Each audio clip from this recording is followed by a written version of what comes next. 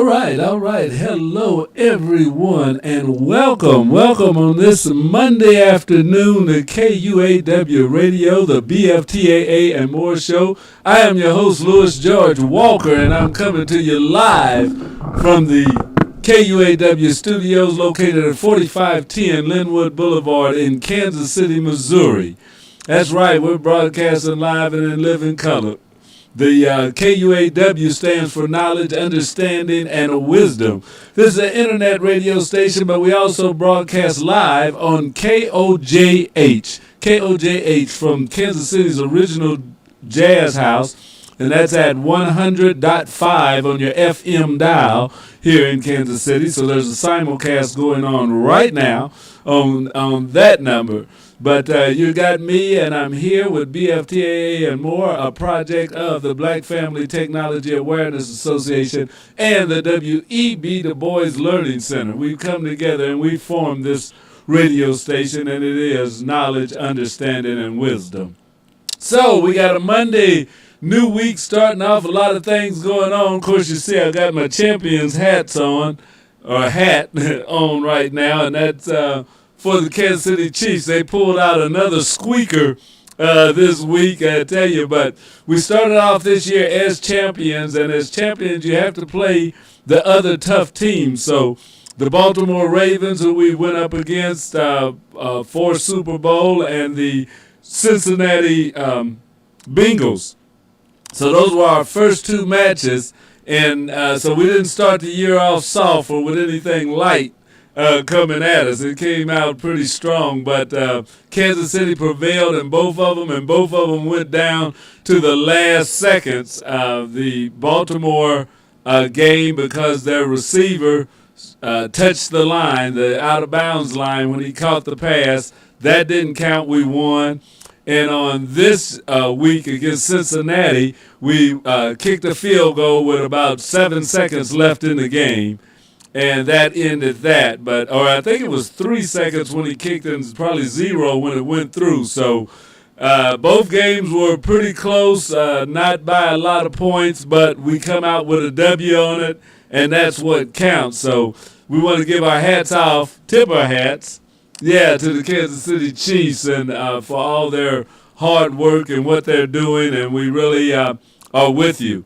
We had an injury report, though, from Isaiah Pacheco, our running back, our star running back, who was hurt in the game, and I think he has a fractured fibula or something in his leg. It's not just a sprain. I was hoping he just had a sprained muscle or something, but I heard on the news today earlier that they think it's a fracture, so he may be on the injured list for a little while. He may be out for a few weeks with something like that. If it would have just been a sprain, he would have been back sooner. But with a fracture, if that's what it is, now we'll have to see. That was the first report, and they were saying they were waiting to make sure they got all the injury reports and stuff right. But, we hate to hear that, and we hope that and pray that he'll be well and able to get back at the game, or just that he gets well, even if he can't get back at the game, because we have to remember it is a game. So, as long as he can get well and healthy, that would be the good thing for that.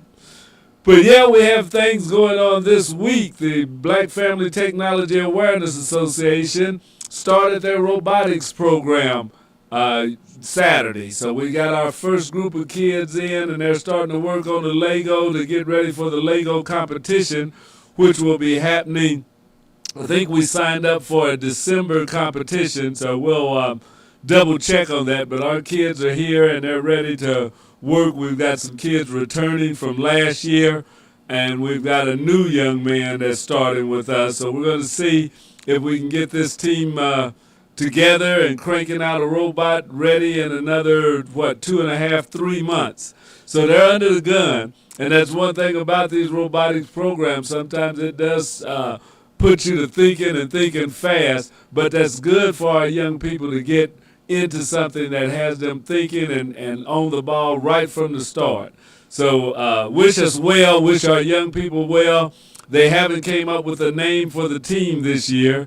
I think last year it was the Cool and Powerful Robotics. But each year the kids get to name their robotics team themselves and name their robot. So that's what we're going to be working on over the next week or two, is to see what the team name will be, while they're also working on building a robot. So those are the things that we're doing there. We've got some other things that are coming up. We were awarded a grant, and we're going to be having a basic computer class for people. So stand by. You're going to hear about that in the next couple of weeks. But for seniors, especially our senior citizens and some of the people that so far haven't been able to take advantage of the digital economy, the digital technology that's around, that haven't really cracked the code for getting into computers, or haven't had the time, with raising families and everything else to really get into it. We're going to have a beginner's class for computers. We're going to have basic computer class that's going to be happening, that we are sponsoring, the Black Family Technology Awareness Association, through a grant from the Digital Inclusion Coalition. And we'll actually be providing the people that come in to learn basic computing a computer. So they'll get a computer to take with them after the class is over with. So this is going to be about an 8 to 10 week class. You attend the classes, maybe missing one or two, but you really have to be here. And then take the classes. We're going to do an assessment of your skills at the beginning and an assessment at the end. Not that you can flunk this class, but just to see how we do in conveying the information. So stay in touch, or keep watching our page. You can go to www.bftaa.org, or better yet, you can go to Facebook and put in Black Family Technology Awareness Association, or just BFTAA, and we should pop up on Facebook. And when we start enrollment for this class, because it's going to be a small class, we have a limited number of computers to give out. So the class is going to be about 8 to 10 seniors or adults. You don't have to be over 65, but I would say probably 45 or older, and they can learn the basic computers, because everybody doesn't know. I know a lot of our young people feel like, well, I already know all of that and stuff, but there are a lot of people in the older age group, some of them due to jobs or family responsibility, that haven't gotten into computers even yet.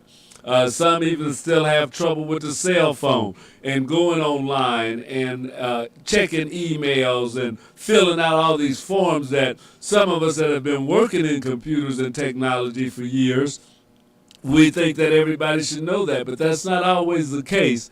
And we're going to be offering some training for people to get involved in that. And if you want to sharpen up your skills, say you've been on your job a while, but if you knew some more about computers or about Microsoft or how to, do some of the things there, it can maybe up your level, that you can get a promotion or get into a different field that you maybe didn't qualify before just because of not knowing, or you didn't try just because of not knowing the basics of a computer.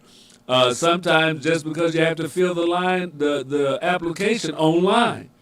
That can stop a lot of people. There are a lot of barriers to technology, or not to technology, but to jobs, to education, to a lot of personal fun things even, that if you don't know how to navigate the internet, don't know how to navigate on a computer, you miss out on. Or we have to wait till the grandkids come around and tell us about it and how to do it. But sometimes we can miss out on money, we can miss out on opportunities, we can have a hard time filling out forms, even getting doctor's appointments, because more and more of the doctors are wanting you to go online and do this. You can get your prescription ordered quicker if you just go online and do it, as opposed to driving all the way to the pharmacy, filling out some papers and then told to wait and come back, and you got to drive or get a ride back there again. A lot of that can be taken care of online if you've got the savvy. And there's no shame in it. So if you haven't been doing it, you don't know it. So we're going to have a class for adults coming up real soon. It should start this month, as soon as we get our equipment in, and we'll be ready to start bringing enrollment to people. So follow our Facebook page, listen to this show go to our website, just anywhere you can, to get information on the Black Family Technology Awareness Association, because it will be first come, first serve to get to this. So we look forward to having you as part of our first class, and good luck to all of you that put in applications once we get it open. But we do want to let you know that that's coming, and we want you to be ready for it. So check the BFTAA webpage.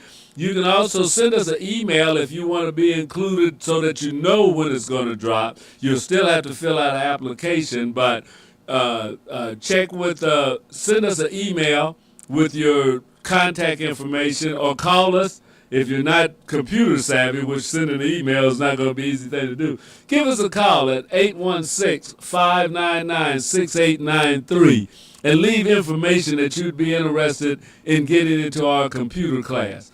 That's 816-599-6893.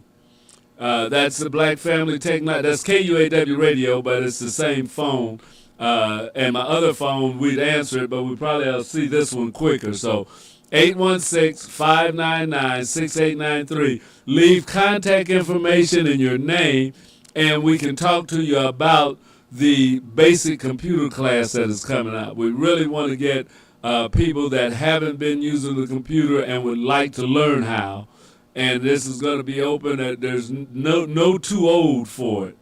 And we'll have this available for you. And you'll be able to get a computer of your very own to take with you after the class is over with. So hopefully the next thing we'll talk about is internet access, because having a computer is one thing, but then it's how do you connect. And if you haven't been using computers, you probably don't have connections at home. But if you have kids or grandkids that are using the computer at home, but you're not, because you're not savvy, then it'll be a good opportunity for you. So be sure and get in touch with us when this class starts up. It should be starting up this month.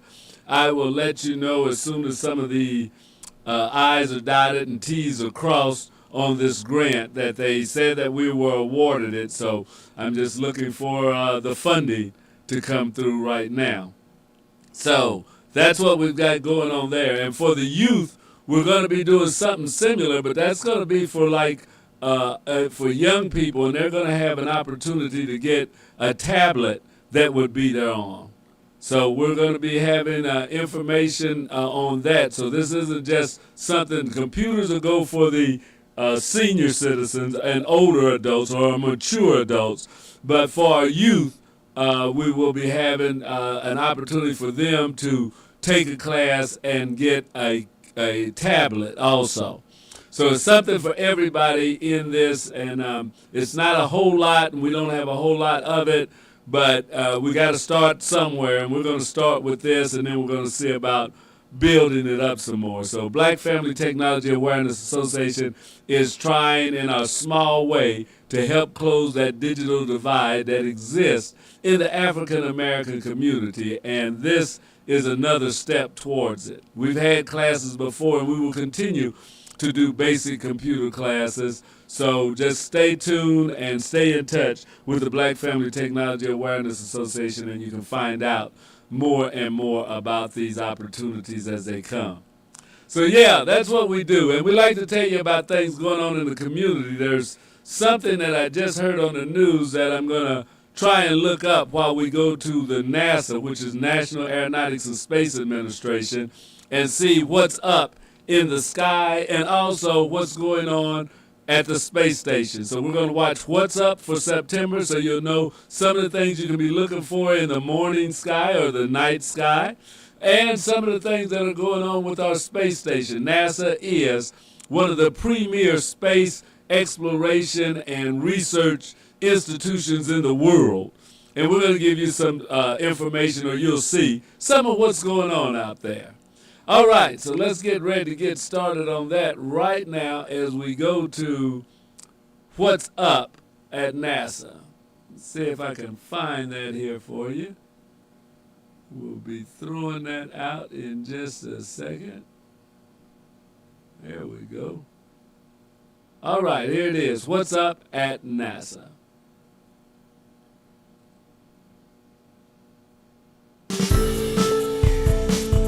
What's up for September? 5 planets and a supermoon eclipse. A NASA solar sail that you can spot from the ground, and a global night for the moon. And stick around till the end to view some highlights shared in last month's video. Starting with the visibility of the planets this month, you'll notice Venus sitting very low in the west in the hour following sunset. Over the next several months, it will rise higher, increasingly becoming a fixture of the early evening sky for the rest of the year. Saturn's in the southeastern sky early in the evening. From there, it'll be visible overhead all night, and you'll find it setting in the west as dawn approaches.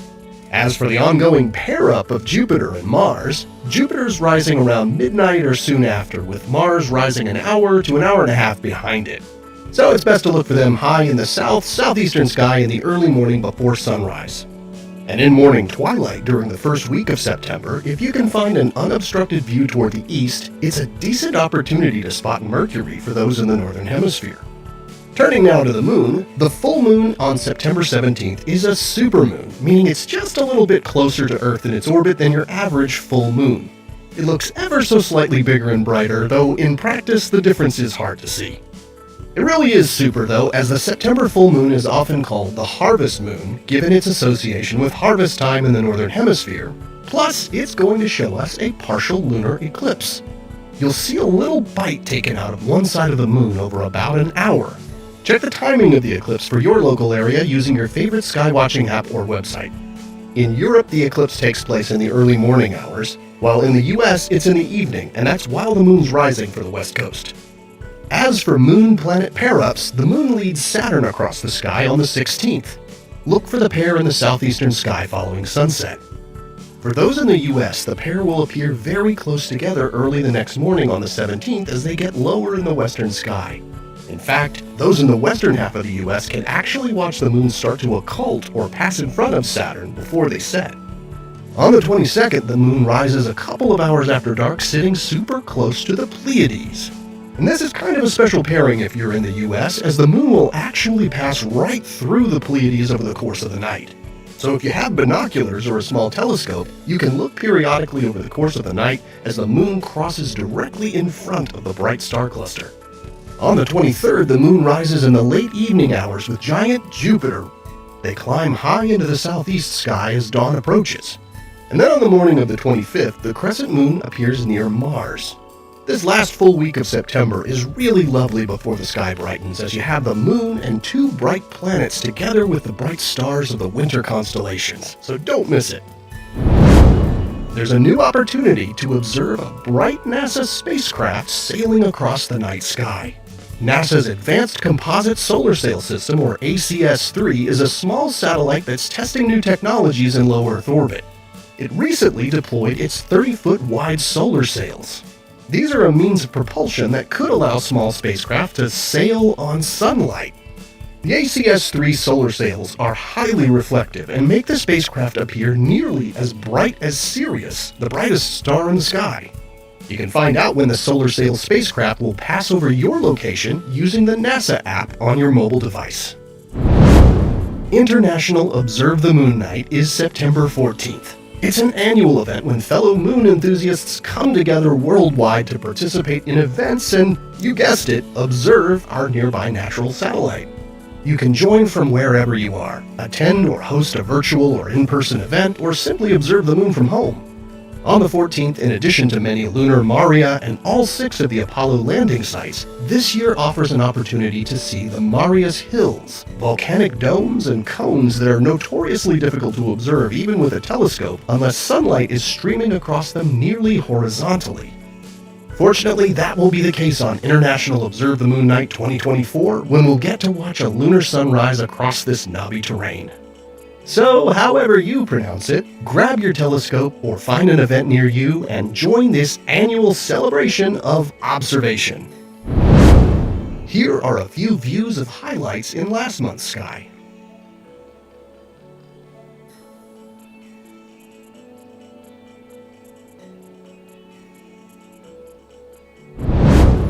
And here are the phases of the moon for September.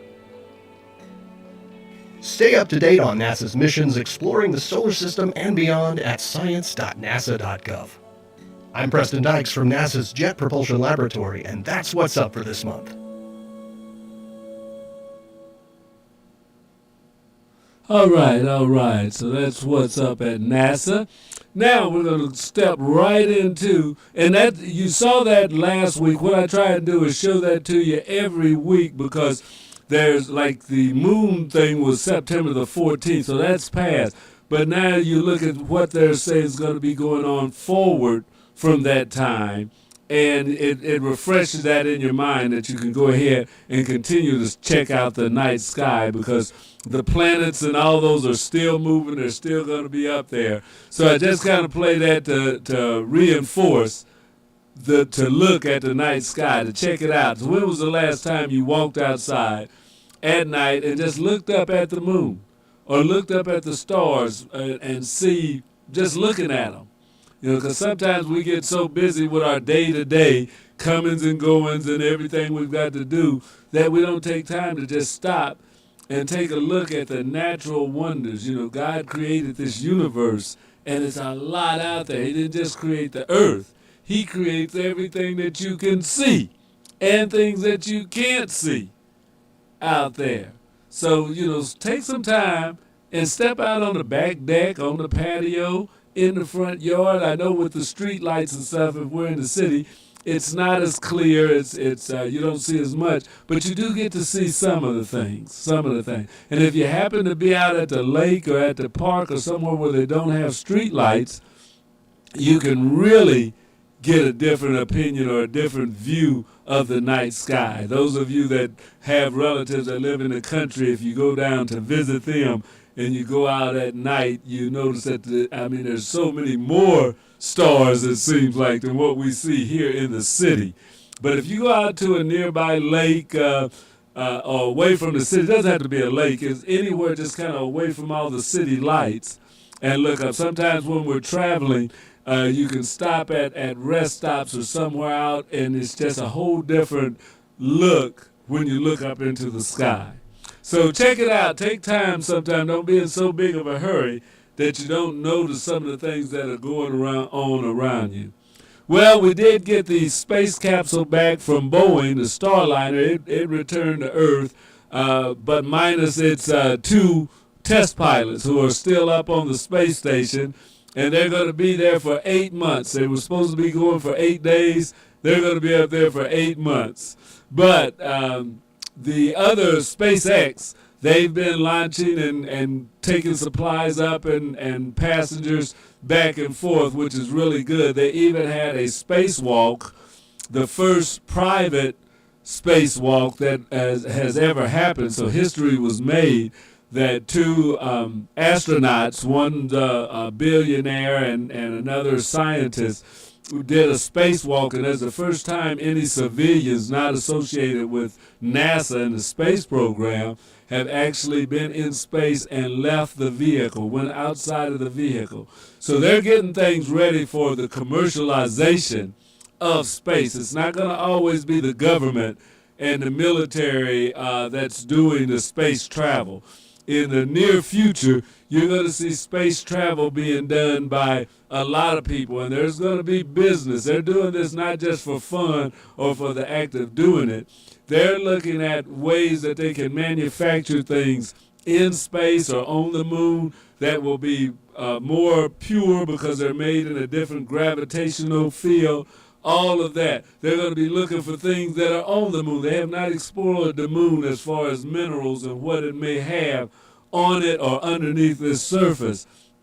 Those are all things that are getting ready to happen, and as they talk about going deeper into space, into Mars and farther, this is a commercialization, and it's also an expansion of man's knowledge and exploration.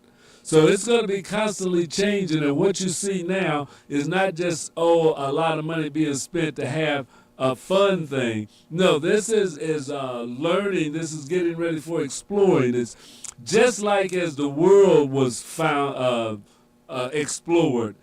People leave where they are looking for better places. In Africa, they left and they found this continent thousands and thousands of years ago, even before Columbus. But it was because they left where they were and set out to go farther. Now, they didn't just do that one day and get farther. They first had to create a boat. And they had to try the boat going short distance. They had to look at navigation and see if they could get back to where they left. Things went in a progress. So man may have had boats and ships that could do the sailing, but they didn't try to sail all the way across the ocean until they had really perfected that, or really got a good understanding of how they would survive out there. That's what's going on with space right now. It's just like the voyages of our ancestors. There's preparation that has to be made. There's learning that has to be made, and that you have to check out and make sure you can do before you step out all the way. So things don't just happen with a pow, bang, and it's done. No, it's always a lot of gradual steps. Usually when we read history and check out things, we kind of get the idea that a lot of these discoveries just happen with a blink of an eye. At one moment we didn't have it, and the next moment we had it. No, that's not the way it goes. There's years, there's sometimes centuries that go by as man is constantly trying to explore, trying to find, trying to extend their knowledge.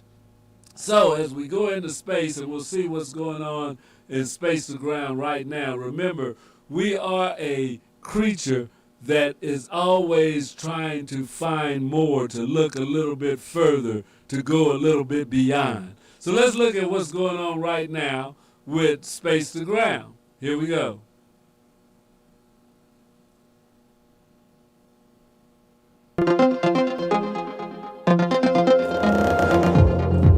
Welcome to Space to Ground. I'm Jaden Jennings. His first space flight was in 2002 as a flight engineer on the 6th expedition to the International Space Station.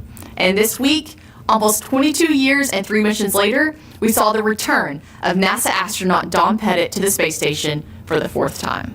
And we have liftoff of Pettit, Ochinen, and Wagner. Now on Wednesday, Pettit and 2 Roscosmos cosmonauts launched from the Baikonur Cosmodrome in Kazakhstan. After completing a quick 3-hour trajectory, the trio docked to the Rossbyet module of the International Space Station before hatches were opened, and they joined the crew on space station for a 6-month science and research mission. Research has been a calling card for Pettit during his previous missions on the space station, resulting in several published scientific papers and breakthroughs.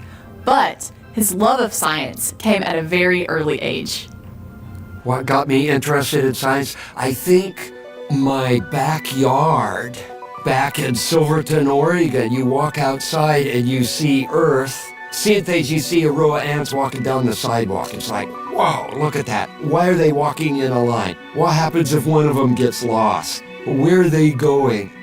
It's telling you a story, and the answers aren't in the back of the story. You have to figure things out yourself. We invite you to follow Don during his mission as he conducts what is called Science of Opportunity, which are bonus experiments that Pettit performs on his spare time aboard the orbiting laboratory. NASA and Boeing safely returned the uncrewed Starliner spacecraft following its landing at 12:01 a.m. Eastern, September 7th at White Sands Space Harbor in New Mexico. NASA astronauts Butch Wilmore and Sonny Williams launched on June 5th aboard Starliner for the agency's Boeing crewed flight test. After propulsion issues were observed during rendezvous with the space station and several weeks of analysis and discussion, NASA made the decision to return Starliner without its crew. Wilmore and Williams will continue their work aboard station as part of the Expedition 71 and 72 crew, returning in February 2025 with the agency's SpaceX Crew 9 mission. New insights from NASA's Cold Atom Lab could benefit future space missions by using quantum technology to track water on Earth, explore the compositions of moons and other planets, or probe mysterious cosmic phenomena. Members of the science team measured subtle vibrations of the space station with one of the lab's onboard tools, the first time ultra-cold atoms have been employed to detect changes in the surrounding environment in space. The Cold Atom Lab science team made their measurements with a quantum tool called an atom interferometer, which can precisely measure gravity, magnetic fields, and other forces. Scientists and engineers on Earth use this tool to study the fundamental nature of gravity and advanced technologies that aid aircraft and ship navigation. And finally, NASA is seeking input from American companies for the operation and use of Astrobee, the free-flying robots aboard the space station. The further development of the robotic technology could pave the way for future tasks performed by both robots off the planet and in deep space. Head over to nasa.gov to learn more. And that's Space to Ground for this week. Thank you so much for watching.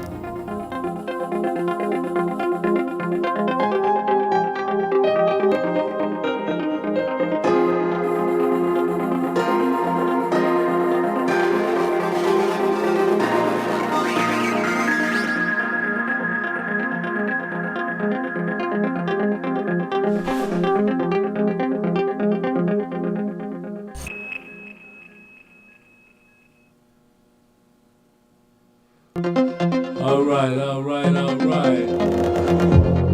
Welcome to Space to Ground, I'm Nicholas Page. The ability to adapt to a change of plans is important in life, and this week flexibility was an important life skill aboard the International. All right. That was enough of Space to Ground. Hey, we're glad that you checked that out. Hey, one thing I was looking at, I was trying to get this picture where I could post it for you and you would see it. I don't know if I'm going to be able to do that, but I will try. Let's see. This is always like watching the chef as he's cooking. I'm trying to work with this best I can. Let's see what I can do. I may can bring this to life. Let's see. It's better than nothing. I guess we'll go with that.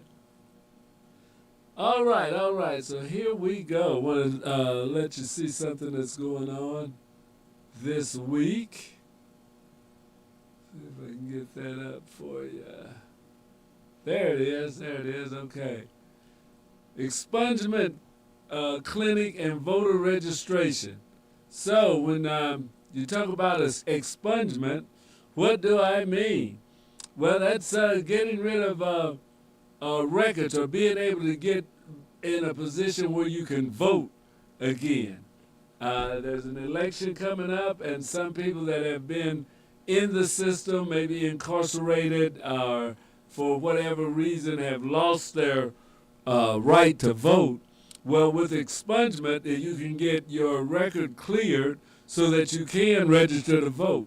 There's going to be an expungement clinic tomorrow, September the 17th, Tuesday the 17th, from 3:30 to 6:30 at Morning Star Community Center, not at the church, at the community center, right on the corner of 27th and Prospect.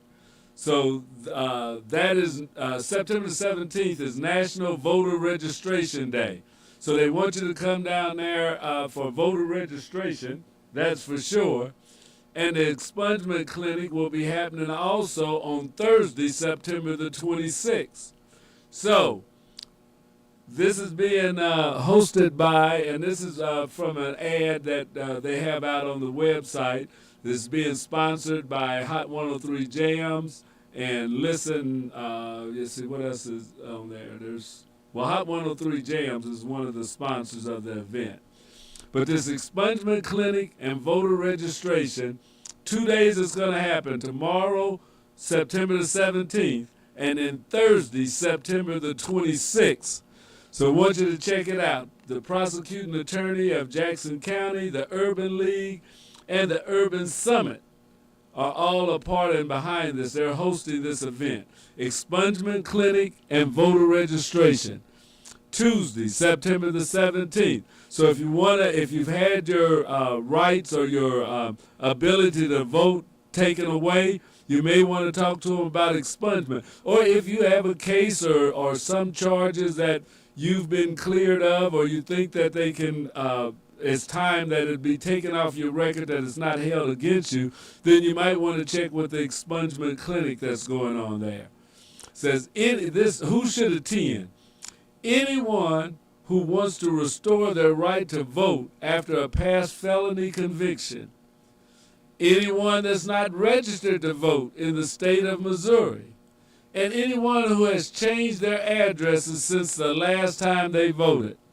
So those are the people that should show up. So tomorrow from 3:30 to 6:30, and Thursday, September the 26th, from 5 to 7 p.m., we want you to show up at Morning Star Community Center, 2525 East 27th Street, Kansas City, Missouri.